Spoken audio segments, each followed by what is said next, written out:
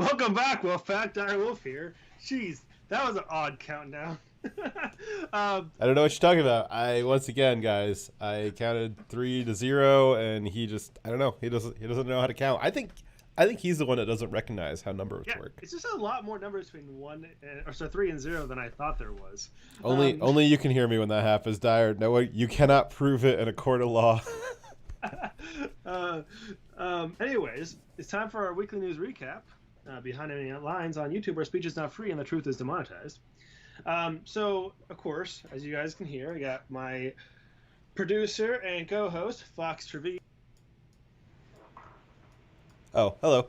I muted you for like 2 seconds by accident, but I heard you say that you were introducing me. Yes, I am Fox Trevize, the Fantastic. So they also didn't hear me do my signature open. Then. No. They like it was literally 2 seconds. I was trying to boost your volume. Instead of boosting it, I dropped it down, so it was like 2 words that they didn't hear. Everything else they heard. All right, fair enough. Quiet. All right, so thank you for everyone who makes this show possible. That's those who are liking, sharing, subscribing, and all those good things on all different platforms. Thank you very much for doing that. You help us grow because, YouTube was trying to kill us by strangling us slowly. So please share this video. They were trying to suicide us. They're trying to suicide us. Hillary's on the case. Absolutely. So we got a funny clip. Are you going to play that video for us? Or I absolutely can. All right. Victimizers beware.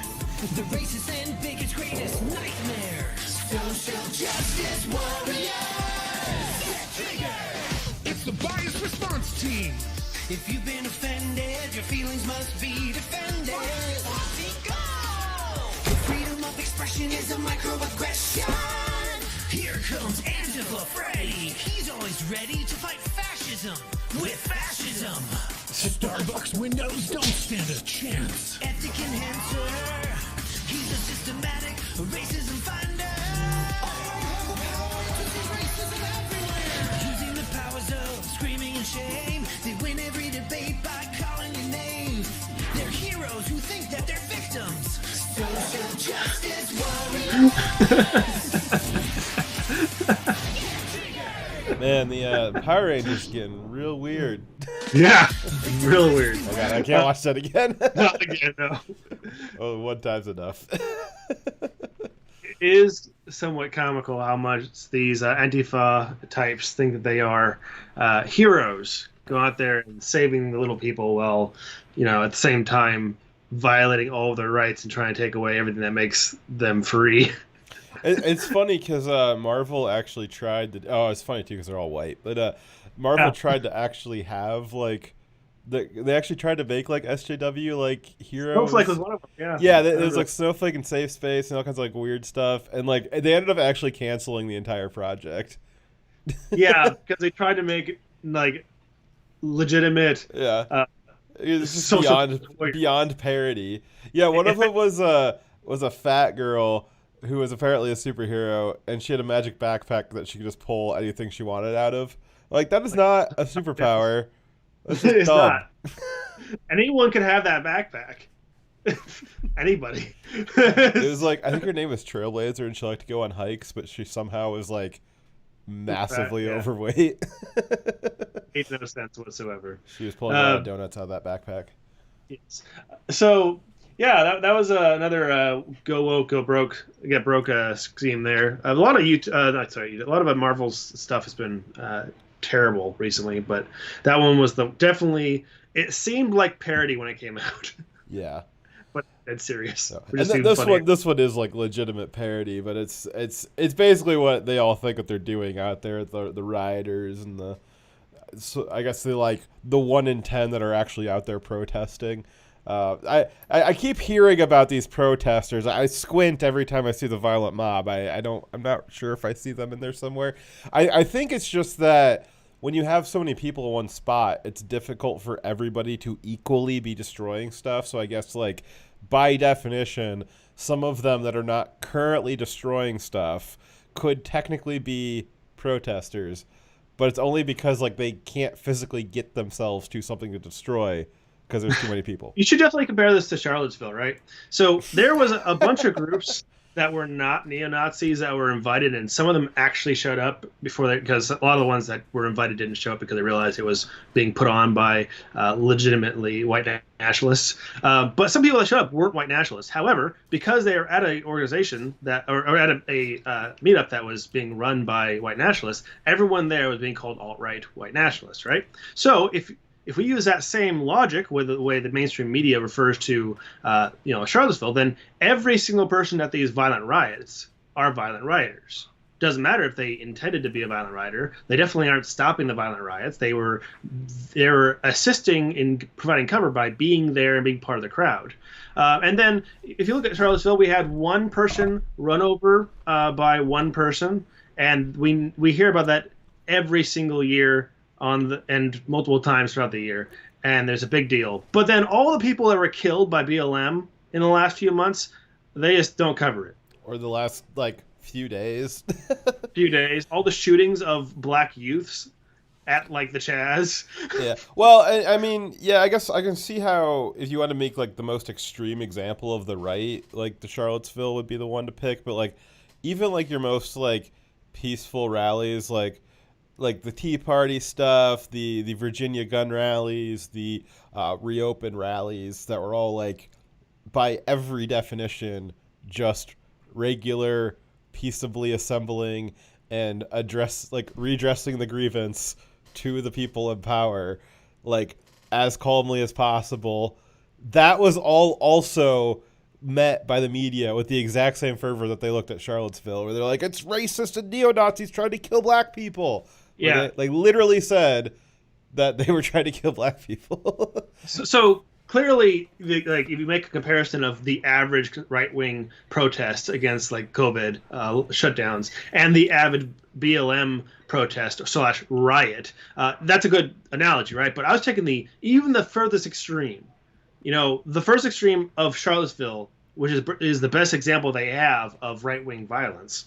And that is still, it pales in comparison to a single day of BLM riots. Absolutely. Right? Yep. And yet we cannot hear enough from the mainstream media about how terrible Charlottesville was and how it's a sign of the rise of white nationalism in the U.S. And yet all of the anti-white racism coming out of BLM, that's not a sign of some sort of rise of black nationalism in the U.S. Right? You see the double standard. Well, no, you're missing the new definition. They went through and changed the definition of words so that they're now right. so yeah, they actually can't be racist. So it's in the definitions. It's in the new dictionary, the New Speak Dictionary. Come on, Dyer, you didn't get your new Speak Dictionary yet? I reject it. Oh. You can't just redefine. Well, you can, but you shouldn't just redefine terms to make it so whatever you are saying is I don't accurate. know, guys. It sounds like Dyer's doing some wrong think here. What do you guys think? Send to Room 101. All right, let's move on to our first actual news story. I don't know if they could send you to Room 101. What would you be scared of? I don't think I should say that on live stream. Hey, it'd be another dire wolf. Hey, put the other article I sent you, by the way, the one about the crosswalk. Let's see here. Oh yeah, that was the first one I pulled up. Which one's that? Okay, this story. How is it not a parody? I don't understand. Yeah, yeah. So yeah, this is in Vancouver. They painted a rainbow across a crosswalk, which doesn't necessarily mean anything. I guess it was for LGBT stuff, but it is still just a rainbow, on the ground, because it's not in a flag shape.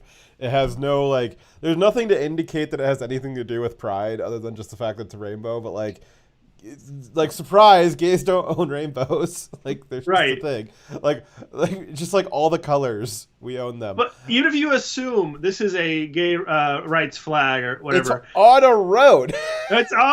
It's in a crosswalk. It is on a road that cars will have to transverse. That's what they do on crosswalks. You decided to paint on the spot where cars go, and then they get upset and call it a hate crime because someone drove across the intersection? Are you kidding me?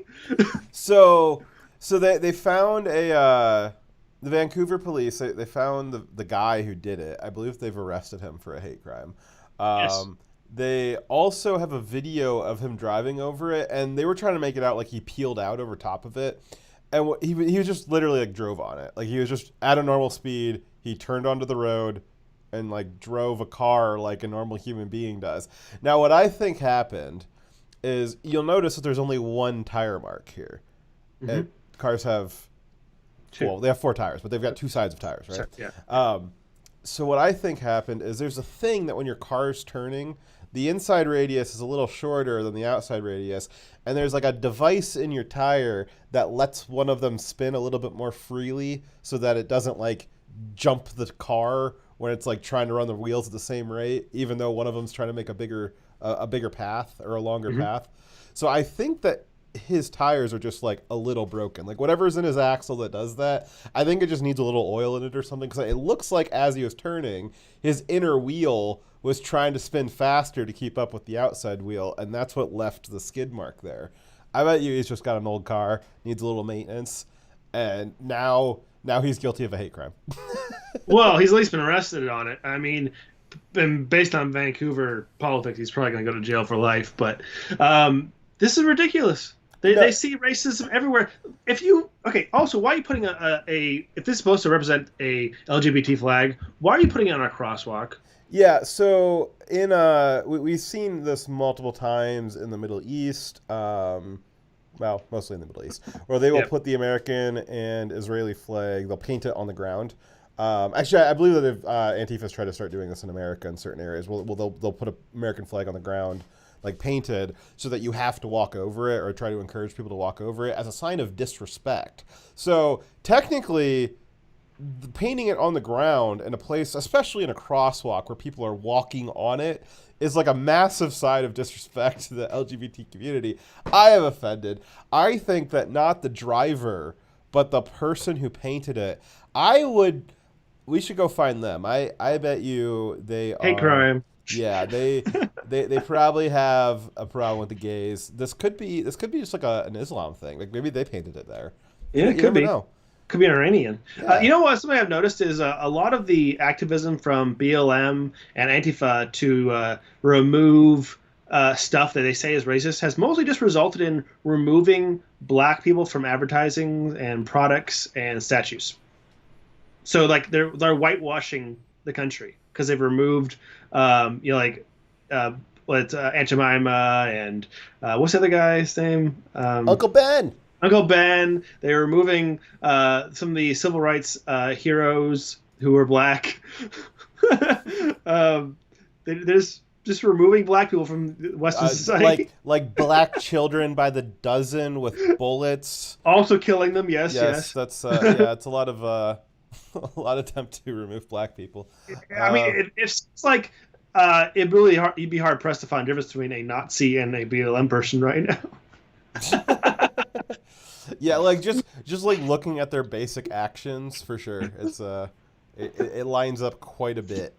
Their reasoning might be different slightly because their racial preference, but the end result is the same.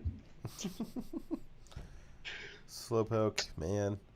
What do you do? I don't even know. I sometimes I glance at chat and I only get parts of it and I immediately regret it and I don't feel like going back for more context. Alrighty. Well, anything else to say on that?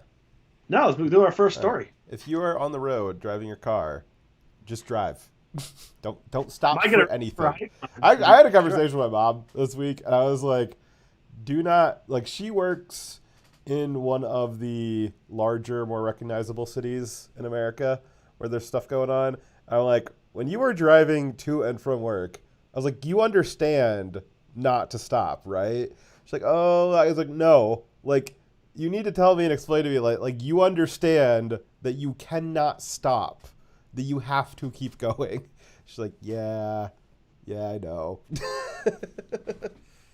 But that's the world we live in now. So, first, ain't it beautiful? Yes, it's very beautiful. First story. So our first story is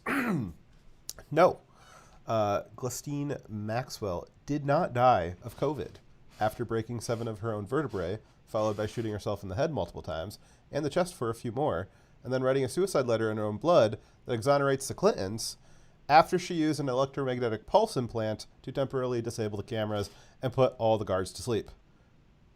That was the title of the story.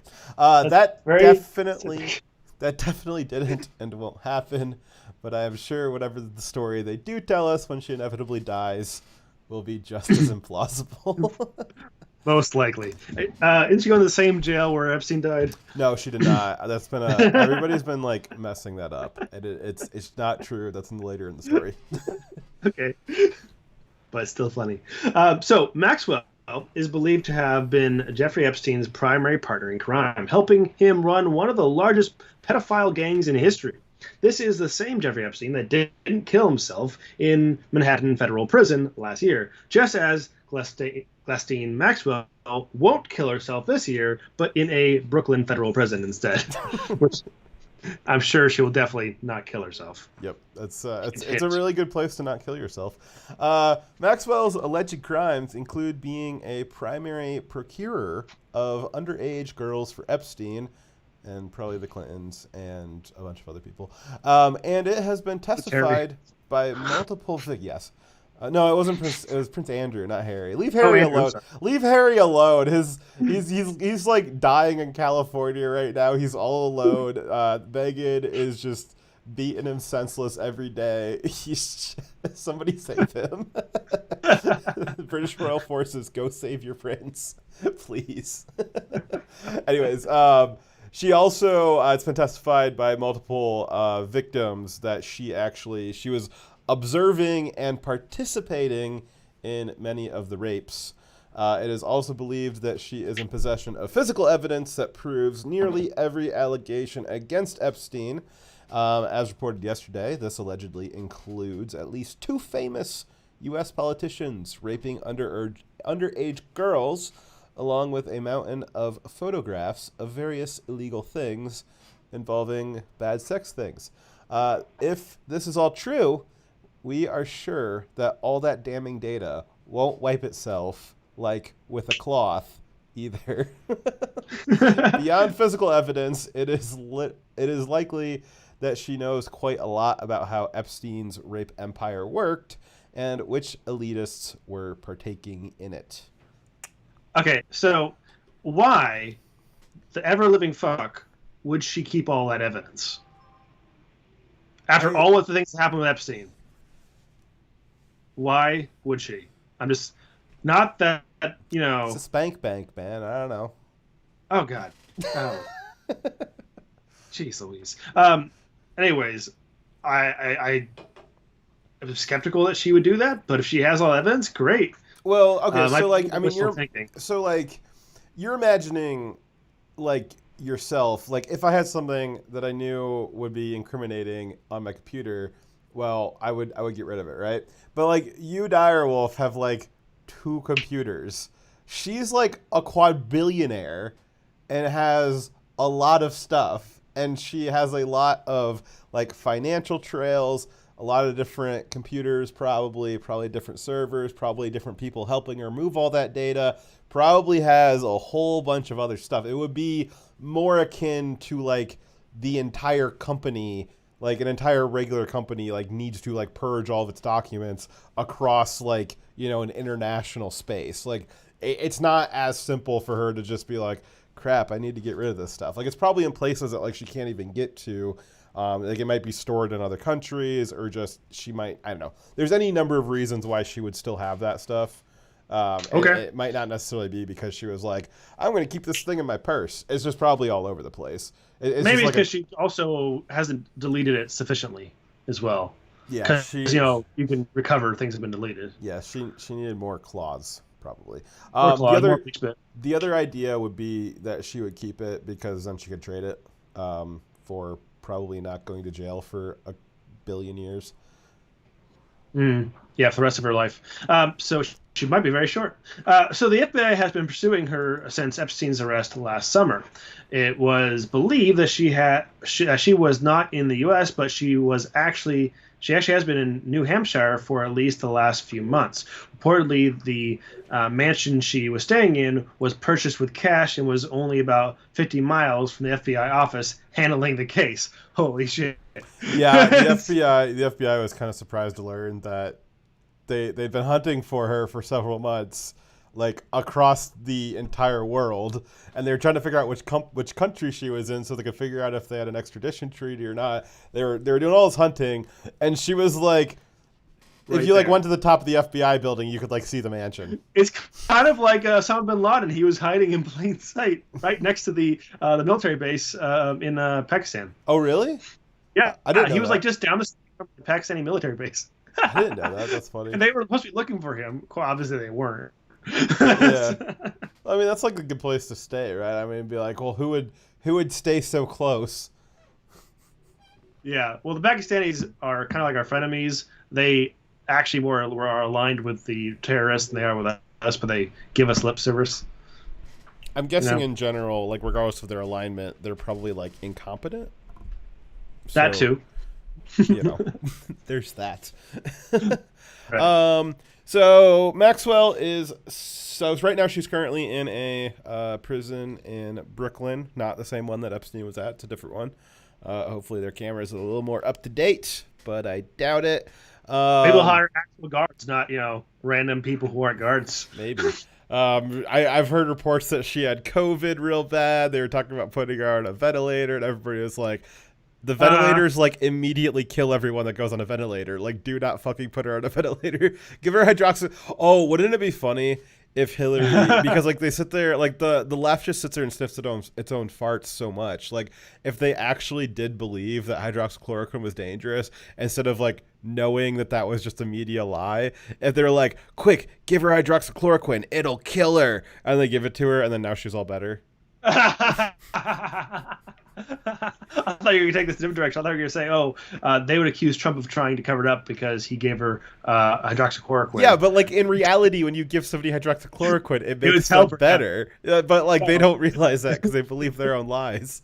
That's hilarious. It's the perfect crime. That was Trump's plan all along. Trump's playing the long game. This is like 800D chess. He set up this idea that hydrochloroquine was good because he knew the media would say it was bad, and then he knew that they would catch Maxwell and that she'd get COVID, and to try and kill her, they would give her hydrochloroquine, but Trump knew it was good all along, and then she survives. He only ran for president so he could kill her and avoid being outed. Absolutely. This It was all makes a long game. perfect sense. I think we cracked the case, guys. I think we did it. All right. So Maxwell is also seeking bail, which is a absolute joke given her enormous wealth. And even if she might not have access to all that wealth, she has a very wealthy family and friends that have agreed to help her get bailed out. Prosecutors are against her getting bail, saying that Maxwell poses an extreme flight risk due to her enormous personal wealth, 3 passports, an extensive international list of contacts, and that she has absolutely no reason to stay in the United States and face the possibility of a lengthy prison sentence. I believe that she's not an American citizen either. I think that is she English, maybe? I know she sounds English. I'm pretty sure she's not American. I think it's somewhere on the island. I believe so as well. Anyways, so what are we gonna do when they kill her? Because like they're gonna try, right? Like So there's it's gonna be gonna become a meme, obviously, and everyone's gonna talk about it. Everyone's gonna admit that she was killed, and then the media's gonna ignore it for a while, and then nothing's gonna happen. We're just gonna have another conspiracy, or everyone believes that she was killed, and no one does anything about it. Well, and then I guess the second question is, and this one's more serious. The FBI is handling this. The FBI, And no one trusts them. yeah, the FBI that covered up the Clinton email scandal. Like we know this. We know that they like purposefully didn't go anywhere with it when they knew that they could. Comey said it himself. He said if this had been anyone else who wasn't special Hillary Clinton, they would have gotten in trouble for it. It's just because Hillary's special that we're not going to prosecute her. He basically said exactly that. Actually, around this time 4 years ago, right before the last election. which was incredible. They obviously participated in and basically bootstrapped the biggest political hoax with the Russia investigation in history, having 4 or 5 iterations of it, just unprecedented corruption. They've just been doing a lot of bad stuff. That's very very highly politically motivated, and nakedly corrupt, nakedly protecting elites. There's all kinds of weird goings on with certain congressmen that are, that have some anti-American sentiment that, maybe they could be investigated. There's all kinds of stuff, but no, the FBI is sending 14 agents to go check out a garage pole in Talladega, and doing all this other stuff. Do we trust them that if Maxwell has evidence against a whole slew of elites? There's some big names that are on that list that are possible people. It's certainly not nobody, right? It's certainly not nobody. But do we trust that the FBI can handle and will appropriately, chase after all of the stuff that she's got? I think no. Yeah, I think no one has any faith in the FBI, but the FBI at the same time has showed that they are willing to cause such turmoil in our country, willing to try to unseat the sitting president, the rightly elected president, and do so in such a nakedly corrupt way where it's obvious what they're doing. It's obvious that they committed crimes, they were dishonest, and they had no fear of being held accountable for it. Why would they not be willing, with that precedent set, to off her and expect anything to happen about it? Yeah, I think honestly that she'll probably survive. I just think this case will get gridlocked for a decade. I just think it's going to not go anywhere. That's very possible. I think that they realize that they can't kill her. And there may be people that try, because it sounds conspiratorial, but I would say that Epstein didn't kill himself I would say by far that is the most broadly accepted as a true conspiracy for the American people. Everybody was somebody had him fucking killed. The media will say it's a conspiracy theory, but everybody knows. This isn't some kind of fringe thing. Everyone in America is yeah, that's probably a true conspiracy. We don't know who did it, but certainly somebody did that and they conspired to do it. And so one part of that theory was that there was, every reason there was a couple of different groups that would want Epstein dead. And, one of them got the shot in. So for Maxwell, maybe there's a couple of groups that'll say, okay, we're going to hold back now because the Epstein one kind of blew up.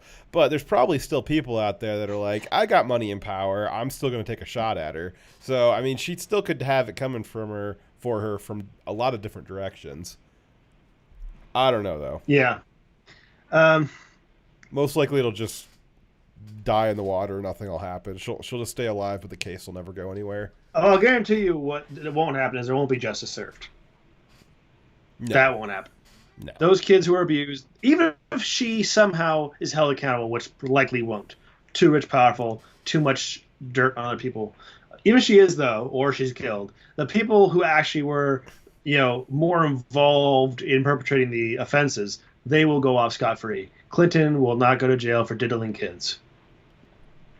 Nope. Not happening. Right.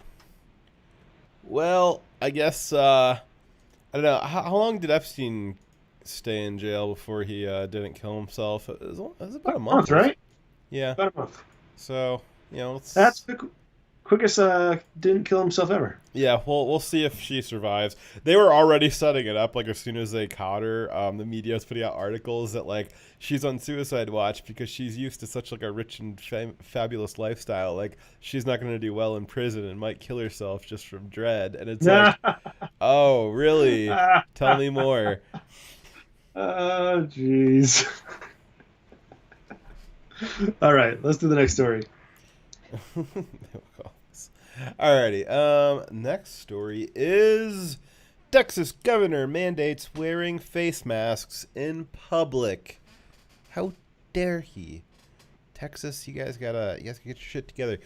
Texas Governor Abbott, I think there's some extra B's and T's in there, this week decided he had the authority to unilaterally remove the constitutional rights of Texas citizens. To deal with the high number of new COVID cases in Texas, Abbott has decreed that any group with 10 individuals or more are to be banned. Previously, the restriction was 100 or more. And he mandated starting Thursday that every Texan in the country... In a county with 20 or more coronavirus cases must wear a mask. Yep, which is basically most of Texas right now. Yeah, but almost all like, Texas. isn't like Texas counties like stupid big, and then like a normal county wouldn't be that big. Everything's big in Texas, bro. So, and Abbott is spelled with 2 B's and 2 T's. That's how it's spelled. Maybe I've been spelling it wrong. I mean, I wouldn't call you out, but there you are. So, don't worry, though. Abbott said that police enforcing this totalitarian restriction would not make arrests initially, but instead would fine first-time offenders $250 for not wearing a mask out in public. However, he didn't address what happens if you refuse to pay the fine. According to Texas law, you can be jailed for refusing to pay a fine. For every $50 you owe the state, that's 1 day in jail. So for the first time offense, you can put in jail, was that 5 times? Yeah. He didn't address either how the fines increase for multiple offenses. As you know, for like traffic cases, if you get 2 red light run 2 red lights, the next fee you pay is a lot more than the previous one, and it likely would be the same case because he specified first time offense, meaning that second and third time offenses would charge you more and would come with more jail time if you refused to pay it because what they're doing is unconstitutional. So the idea of, oh, don't worry, this is not us, using the power of the police to force a unconstitutional rule on you. No, it's still bullshit. So wearing a...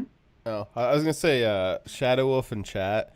If you're good at math, I want to know how many times do you have to double $250 to get to like more money than the entire world? run those numbers for me real quick. Yeah. Go So ahead, wearing a mask and avoiding large groups may be good advice, but it shouldn't be enforced or required by the state, particularly with what we know now about the coronavirus and how not dangerous it ended up being. And because it's now everywhere, and we now have also had that big pause. That 2 months of lockdown was meant to expand our medical system so we could deal with the coronavirus. We came out of the lockdown supposedly because we had expanded our ability to take in patients with the coronavirus. So re-locking down Texas again doesn't make any sense. Requiring the masks is unconstitutional. They have already accepted, by the way, the premise that they shouldn't be enforcing, or they can't enforce the wear of masks and the limiting of groups. That the state, through its actions, has already accepted the premise that that is not a law that they will enforce. And why do I say that? Because, like Fox said, previously to now, groups of more than 100 were banned, right? But you may remember in the last month, we've had multiple repeated riots throughout, or protests by BLM, with more than 1,000 people in Texas cities, mostly Dallas and Houston, stuff like that. And yet no one was arrested or fined because they were having a gathering of more than 100 people. So if they try to enforce it now, if they try to enforce the restriction of 10 or more people, then they've already shown that they're only willing to enforce it on a biased condition, right? And I'll bet you, since the protests are not going to stop, right, anytime soon, that they're going to continue to not arrest BLM protesters that are in groups of more than 10. So then when they try to arrest someone who's a law-abiding citizen who just happened to be that 11th person or not being wearing a mask, I think they have a pretty good case to sue the state for not equally enforcing the law. Is it just the 11th person that gets arrested, or is it fined, or is it all of them? All of them. Well, that's not fair. It doesn't make any sense, though, does it? Yeah. Oh, I was gonna say something. Cover for me. Okay. So this is I'm kind of disappointed that Texas is doing this. They initially had a more reasonable response to it. Then we started seeing some rumblings of Texas being, overly restrictive. We went from suggesting that restaurants and stores do certain mitigation procedures to eventually fining a person for opening their salon a few days early because she couldn't. Her employees couldn't feed their families because of the shutdown, and then they're willing to charge that woman an insane amount of money when they're already destroyed her business. Her business is already going bankrupt, and they're going to charge her thousands and thousands and thousands of dollars in fees. It was irresponsible for every state, not just Texas. Every state that would put these restrictions that shut down businesses that didn't need to be shut down, that could have, still had, reduced the number of people inside their business or made sure they wore masks and gloves. Be gone from me, you soy boy beta cock. The transaction is complete. I just realized that HHHHHHHHH is the sound of Epstein dying and George Floyd is couldn't breathe, and it's the noise people make when they have flu breathing problems.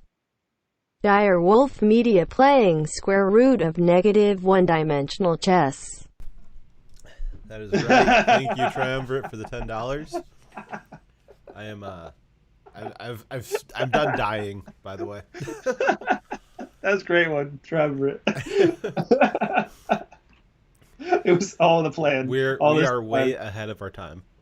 You just made a link between our Quiplash games and the actual news. That's amazing. Shadow Wolf says in chat that it would take 42 violations of wearing the mask or not wearing the mask before you would the doubling would cause you to have a fine more than all of the money in the world. So I wonder if it's retroactive, right? Like if I have not worn a mask in public 42 times, and they just suddenly, they have video evidence of me doing that, and they finally come to me and say, okay, we have 42 violations for you. You have to pay the fines and all of these. Do I have to come up with more money than the world has? Or do I have to go to jail for the rest of my life? Yes. And then, can you imagine someone going to jail for not wearing a mask, but they just release all those violent criminals? Yes. Yes, I can, because they're literally doing that. Oh, yeah. I don't have to imagine it. It's reality.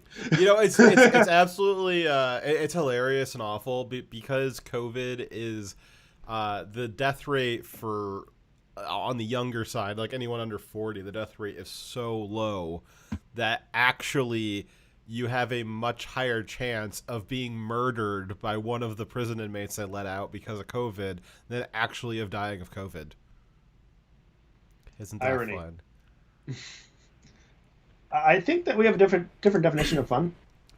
Yeah, so we were you were talking earlier, and we were talking before the show about how do you know when a law is biased, and so the left likes to talk about all these biased laws that tend to target or police action that tend to target minorities disproportionately, and the way that you know that if that's happening or not is you look at the statistics for who is falling under those laws, and for the left, as soon as you look at the statistics, the argument tends to break down.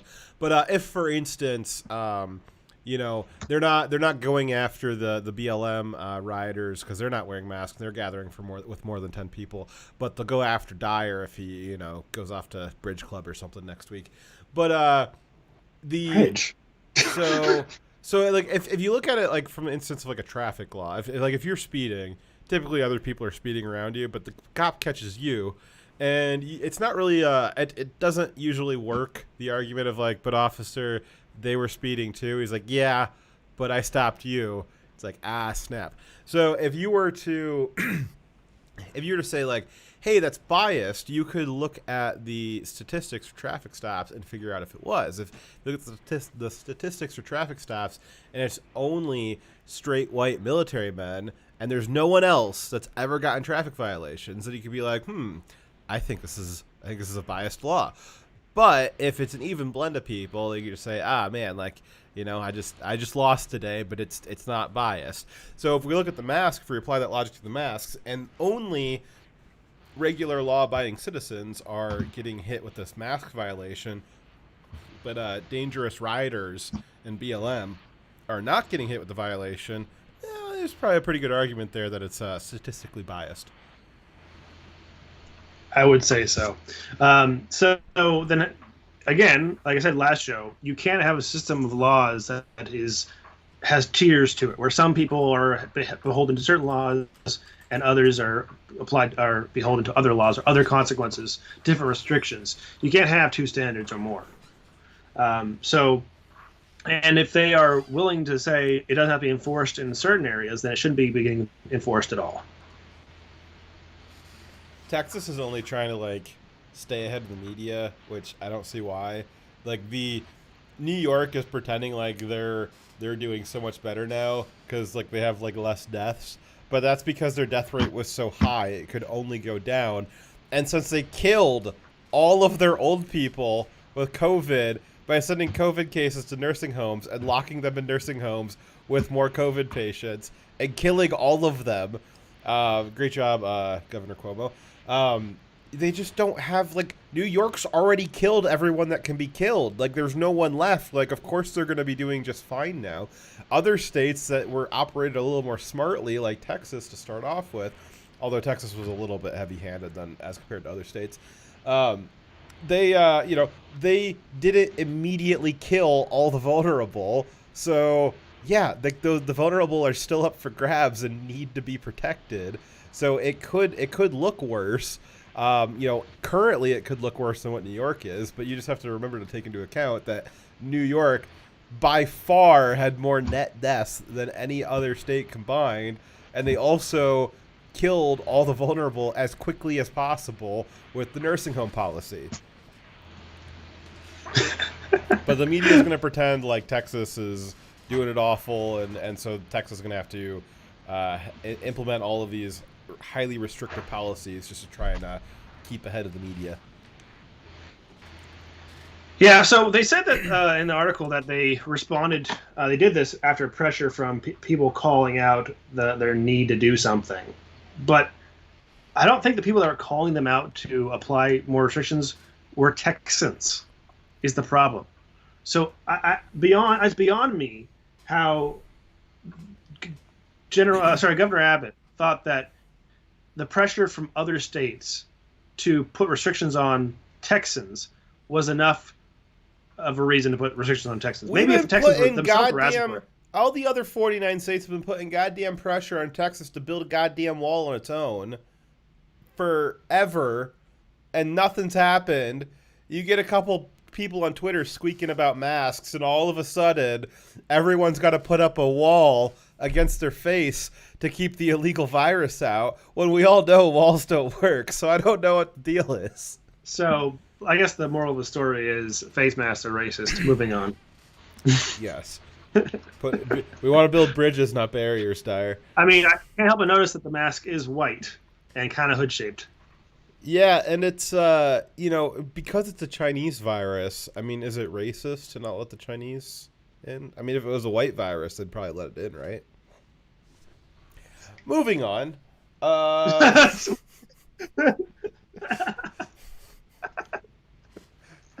What Black Lives Matter organization really wants. What do they really want? The group Black Lives Matter. What's that? Tell me what you want, what you really, really want. No. Go on. And now we've got a copy strike. The group Black Lives Matter clearly shows the difference between words and actions. It should be obvious that by the hundreds of black-owned businesses that have been destroyed, by the dozens of black people, including many black children, who have been attacked and killed by BLM, And that's not being hyperbolic. There has been at least 3 that I know of, kids under the age of 18 that were murdered by someone directly representing BLM. I'm not being hyperbolic about it. It's very clear from these actions that the BLM does not care at all about the lives of black people. It was a rare moment of at least partial honesty when even the worst journalist of the year, Don Lemon, admitted that Black Lives Matter was not about Black Lives Mattering. He went on to claim that the movement was about equality and police brutality, and then disparaged, what was his name, Tyler Perry? Is that who it was? No, Yeah. No, it wasn't Tyler Perry. It was, God, I can't freaking remember. It was Terry Crews. Terry Crews, yeah. Went on to disparage Terry Crews for not being the correct type of black person. And then Don Lemon went on to claim that the movement was about, All right, so that, however, black people have already have legal equality under the civil rights law, and BLM seems pretty unconcerned with police brutality when it happens to white people, which happens more frequently. No, BLM is not interested in inflicting police brutality, nor do they want equality. So what do they want, Dyer? What do they want? They want black supremacy. So the co-founder of Black Lives Matter chapter in Toronto wrote in a now deleted Facebook post that white people are a genetic defect of blackness. Whiteness is not humanness. Her name is Shura Kowigali.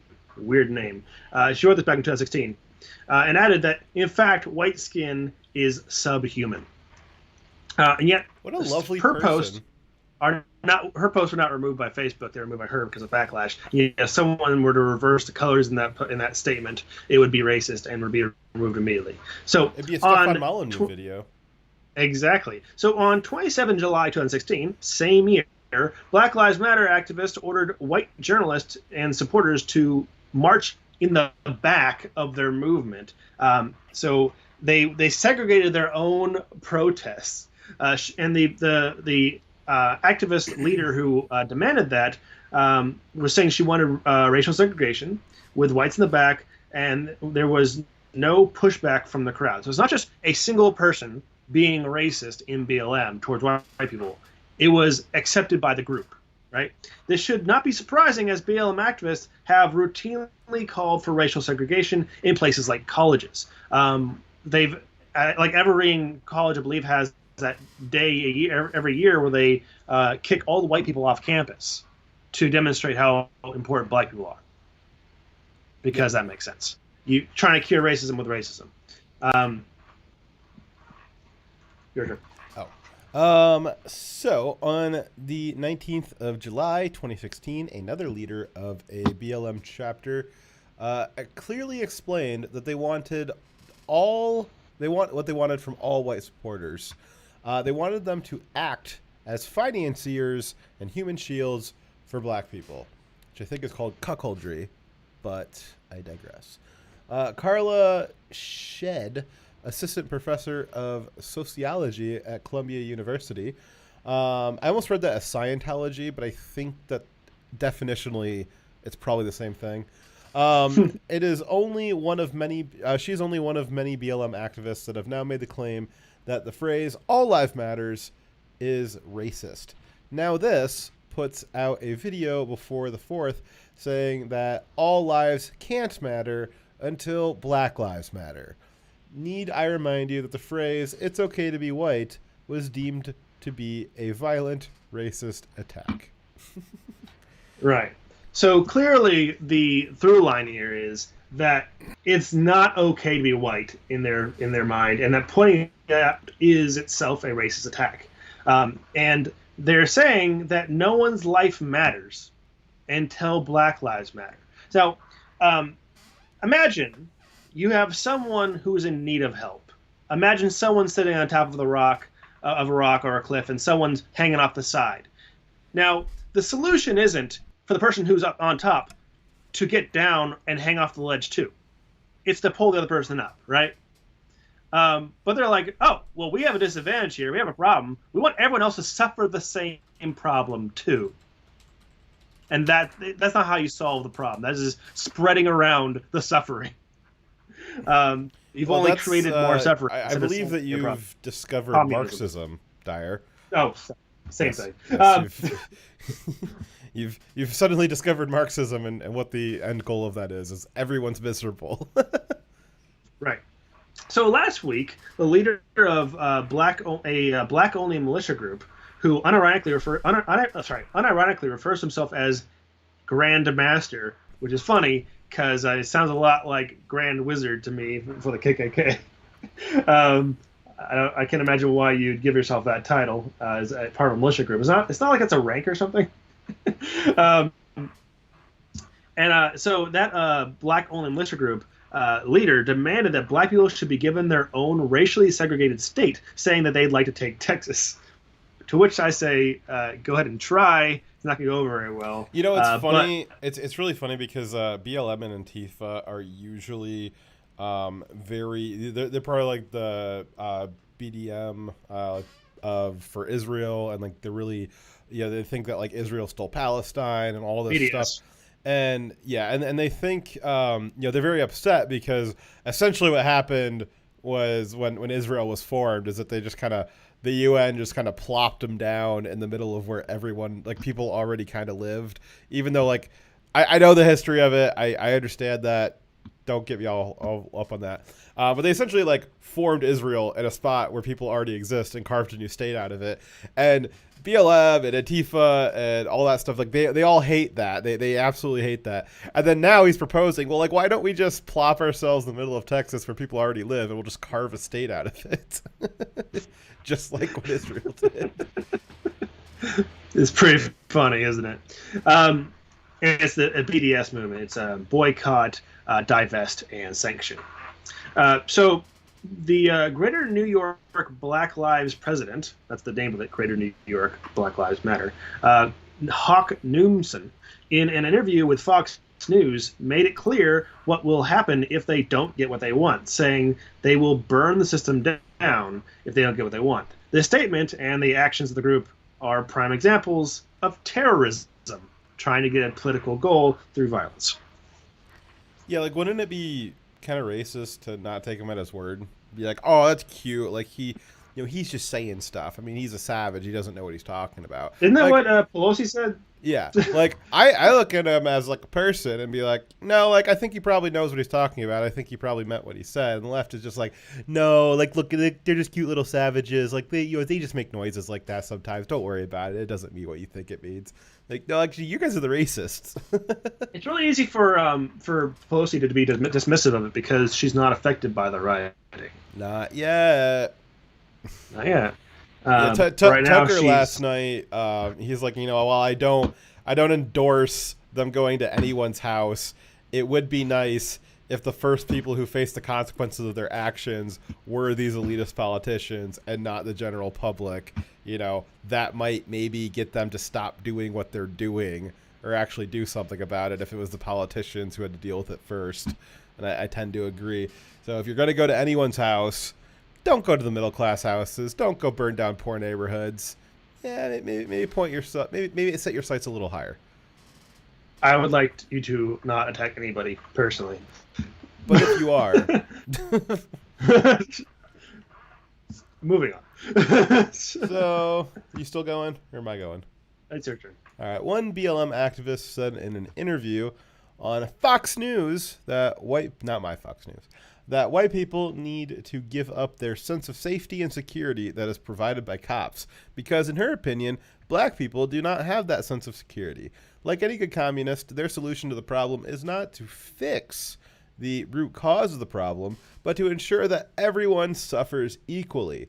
When BLM has gained control over an area like Chaz, or Congress, they immediately become the most brutal and oppressive, more brutal and oppressive than cops that they are claiming oppress them.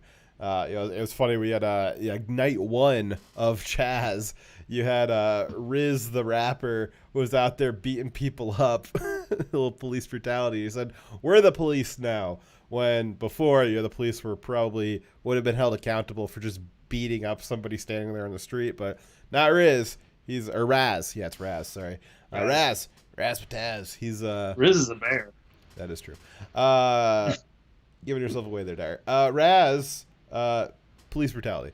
But yeah, that's very common with communist situations. That's why there's so much death, is because if they claim that the original system was oppressing them and they needed to liberate themselves, when in reality they just want to be the oppressors, and when they become the oppressors, they're far worse than the previous system. Typically because the previous system had to be created and maintained by the relative consent of the governed, whereas Marxism usually has a government structure that does not require your consent. Let's see here. The problem is not the abuse of power and authority. Their problem is that they don't have that power and authority to abuse when they're just regular people. But now that they are taking over areas and they have representatives kind of infiltrating levels of government, they are starting to be more and more flagrant with abusing their power. And those areas of government, like most particularly city prosecutors that are not prosecuting the crimes that the thugs in the streets are committing and just letting them go, so they can continue doing that and terrorizing the lives of law-abiding citizens. So it's not the tactics of the police that's the problem. It's that they want to be the police that are using those tactics. Right? Yeah. It's not the police are it's police brutality is the problem. No. They were even more brutal than the police were when they had the power. So obviously it's not the brutality that's the problem. And as we know from statistics, it's not even that black people are more a victim percentage-wise of police brutality. So it's not the racial problem. It's just they want the power. That's what all these riots are about, is them trying to seize power. And I want to say tragic irony. It's tragic for them, I guess. Kind of a little bit comical for us is when eventually their group puts someone in power that is that strong authoritarian Marxist, they'll be the first ones to go. Yep. And because they try to obliterate all of history, they don't realize it. Well, and they kind of have sealed their deal already, because if they do win, then they'll have to be the first to go. And that's for those of you guys that don't know, that's like kind of like the theory of Marxist revolutions, is that the people at the very tippy top, they tend to immediately turn, as soon as a revolution is successful, they'll tend to turn on the foot soldiers that helped them, because it's the foot soldiers that know how to revolt, and they're the ones that know how to revolt against authoritarianism. And since the guys at the very tippy top are planning on instituting a new authoritarian regime, they don't want a bunch of people out there that know how to foment a revolution, so they are going to get up against the wall. But if the counter-revolution wins, then those guys, maybe not up against the wall, but certainly in the slammer. So if you're a foot soldier for the new Marxist revolution, if you're a useful idiot, like, you've sealed your fate. Like, I'd say try and get out now, but it's probably too late. Like, your long-term prognosis is one of two not great outcomes. Yeah, there's not a good way out of it. There's not a retirement. There's not a retirement plan for revolutionaries. There's no need for a pension plan. And one part of that is not only are they the ones that are the discontented, right? It's also because people look at Antifa and BLM as if they are homogenous groups that are all working towards the same goals, but they really aren't. They might all be Marxists. They might all be born from the same university system that taught them these core principles of Marxism, but they also have opposing belief systems. So the black nationalists, for instance, they do not actually agree with what they finally want to have. The end result does not agree with what Antifa wants, which is predominantly wealthy, connected white young people, right? They don't want the same end result. So, and then that's just two of the larger groups. Even inside those groups, there's lots of different belief systems that don't agree with each other. And they all have a commonality in trying to destroy the system and fight conservatism and traditional liberalism. But once they finally get in power, whoever is the leader they get will probably have one of those sets of beliefs and want to eliminate everyone else who disagrees. which is a lot of them, the revolutionaries. Yep. But I think I think that there's a gun behind every blade of grass, so we'll be fine. Yeah. Right. So on Monday, an alliance of groups affiliated with Black Lives Matter unveiled their first official platform, a 40,000-word manifesto that contained the description of Israel as an apartheid state and accused them of committing genocide of the Palestinian people. The BLM manifesto voiced support for the BDS movement, which calls for boycotting, divesting, and sanctioning Israel for daring to defend its borders. Police brutality solved. Yeah, totally related to police brutality, right? This is totally about police brutality. See, the whole point of this story is that BLM has fuck nothing to do with police brutality. It has nothing to do with Black lives. It's all about power and about these different groups that hate other groups. And the funny thing is and then the anti-Semitism is just like real big part of the white nationalism too. And it's like, okay, I mean, like, who's running the show, guys? Like, I think you guys got a lot of. I think you guys just need to, like, put on some blindfolds, and I think more or less you guys are on the same team. You got the libertarian, the people who are liberty minded. I don't want to get into the Libertarian Party stuff, but people who are liberty-minded, and then the authoritarians. And the authoritarians, for all their supposed differing beliefs, they all have very similar goals, like end Israel, like segregation, getting rid of, getting black people out of, like, culture, all this stuff. Like, it's all very similar stuff. Yeah, it's really funny how BLM is moving the needle forward for white nationalists quite a bit. Anyways, so the second thing that you could say it's kind of been a through line for a lot of things we've already mentioned, is not black nationalism, but also just straight up communism. So there's a lot of crossover in philosophy of Antifa and BLM. They are both cultural Marxist groups that are both racially biased, but their end goals are different. Members of both groups are products of the cultural Marxist teachings in our universities over the last few generations. It's been pumping out lots of really damaged, mentally stunted people. And one example of this is both groups are tearing down statues, banning books, silencing critics, and most of all seek to rewrite history or eliminate history in its entirety whenever it just conflicts with their beliefs of the now. Yep. Yeah, it's so we had this conversation last week where a lot of people have been talking about we have and you have to an extent talked about Antifa and kind of SJWism as it's got a lot of similarities to a religion. And it's always gets called a non-theistic religion. And I think that was appropriate to call it that up until relatively recently. But now that it appears that the revolution has sort of kicked off, I think there's still people calling it, that it's got these religious aspects to it. It's a non-theistic religion, and I think that's kind of a diversion. It's an interesting fact. It's not wrong, but it's not the interesting thing about the movement. It is, as you just said, it's communist. The important part about this is that it's not a new religion that's forming. It's that it's classic communism that's forming.